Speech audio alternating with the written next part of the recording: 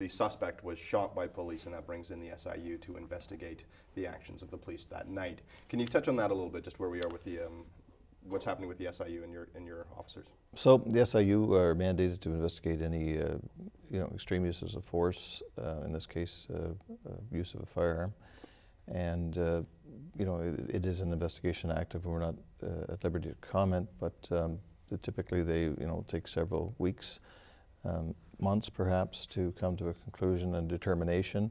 Our officers, of course, will and are participating and cooperating with the investigation, and they'll make full disclosure to the community as they determine appropriate at the conclusion of their investigation.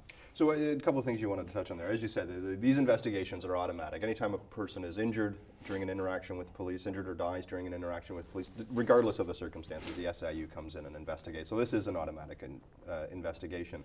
The other thing I wanted to touch on, though, was the element of the officers cooperating. And in the past, there's been a lot of issue about officer notes, them going through it with their police association lawyer before handing the notes over to the SIU. This was a case that made it all the way to the Supreme Court, and the Supreme Court ruled that really wasn't the way it should be done.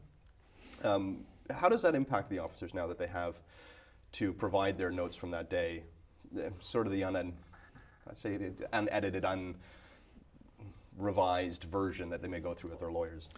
Well, the practice has always been about giving the best and most accurate detail. That's the case in any investigation. But police officers, by principle of use of notes, the notes are supposed to be done as early as possible, at the earliest opportunity, extraneously.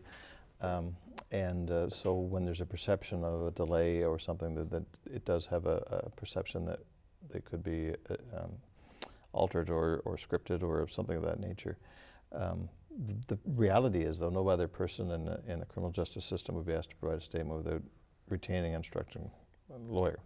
So that is a kind of a double standard, and seen by some police officers as a double standard. Their highest possible risk or exposure is a criminal charge for an excessive use of force, or if it's a lethal application, it could be a murder charge. So it's a matter of ensuring that everybody's best interest, including the officer who was in the situation that day, interests are upheld. But the law is the law, and we're comply with it.